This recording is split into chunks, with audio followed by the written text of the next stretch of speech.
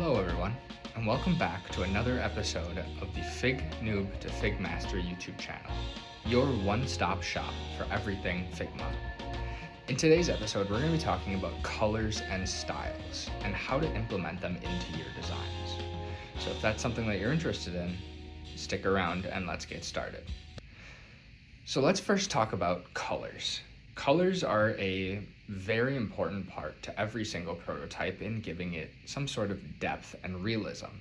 So we're going to talk about colors in a couple different ways. Since the last episode, we talked about shortcuts. Let's use the shortcut R, and let's create a rectangle.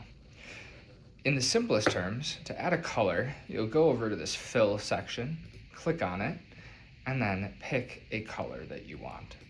My favorite color is green, so I'm just going to pick a green. Now, one really nice thing about colors on Figma is that you have something right here. Now, this is your contrast, and one thing that you want to look for every designer is to make sure that your contrast has a check mark next to it.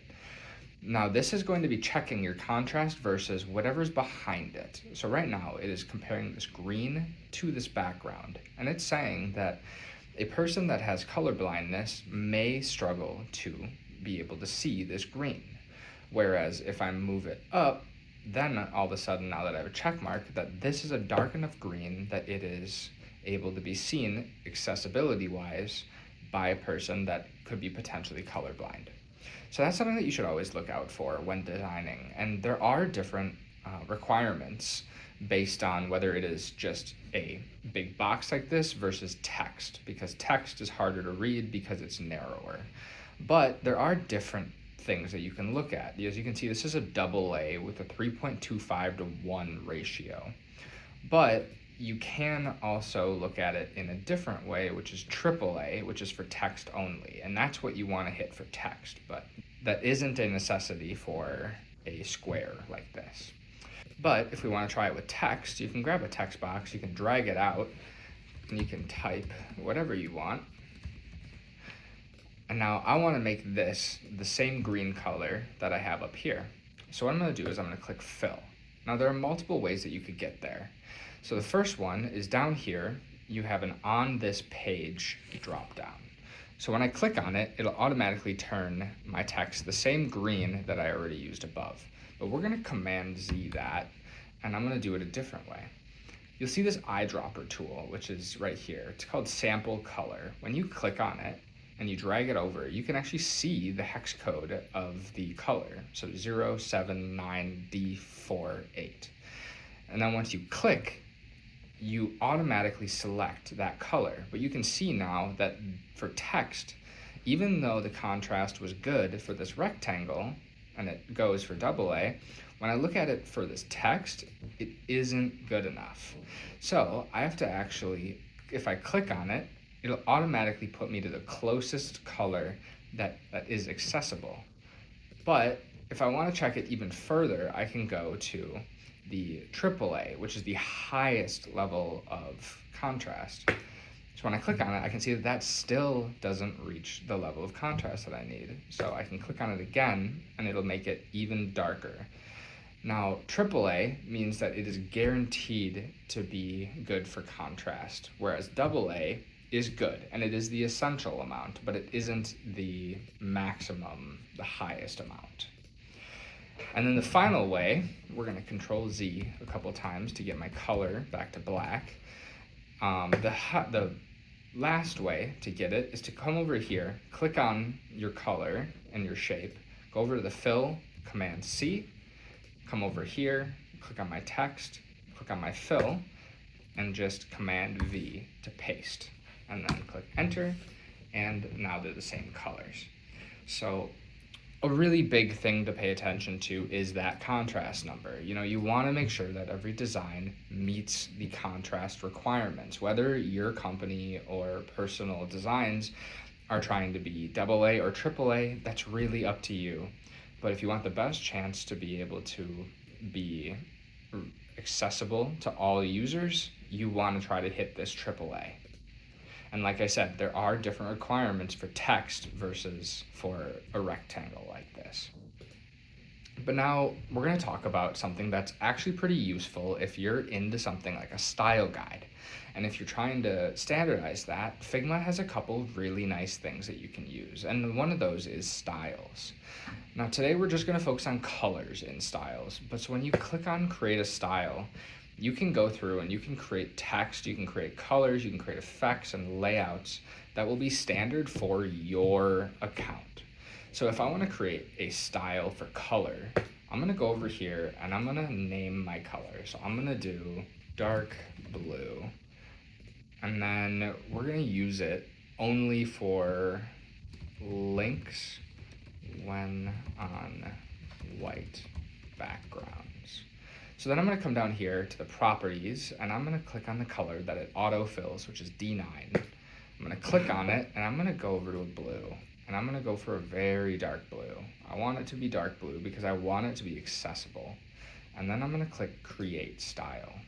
So now you can see that this dark blue shows up right here under your color styles. So I can click on it, I can view it, I can see, okay, I'm supposed to use this when it's a link on white backgrounds. So I'm going to go over here and I'm going to click on this fill and I'm going to make it white. And then I'm going to take my text and I'm going to drag it over the white background. So now I know that this, if I want it to be a link, this hello world text box needs to be that blue color. So I'm going to click on this fill color and I'm going to go over here to libraries.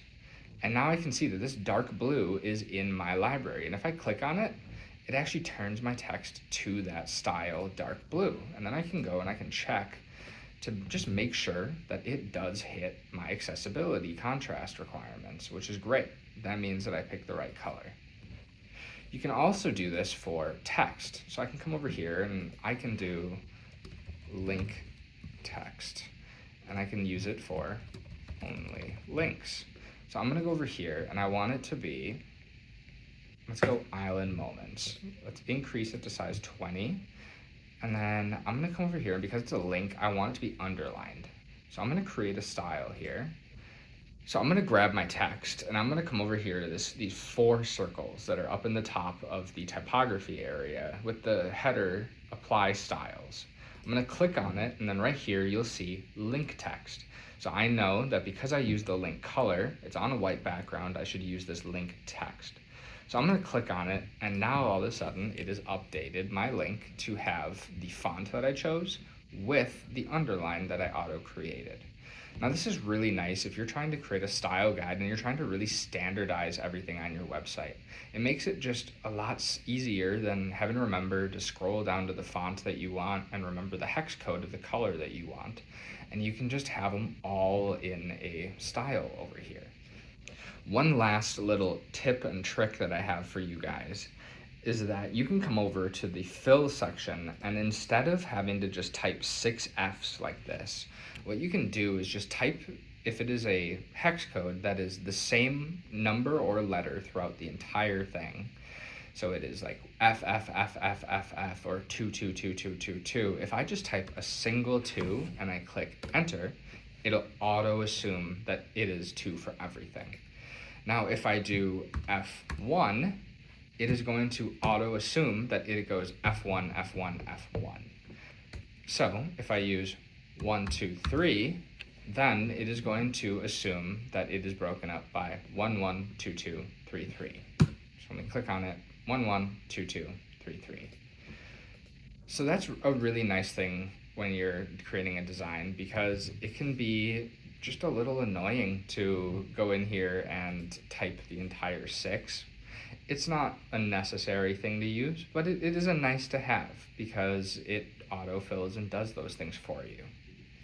So, colors are such a useful thing for us as designers using Figma.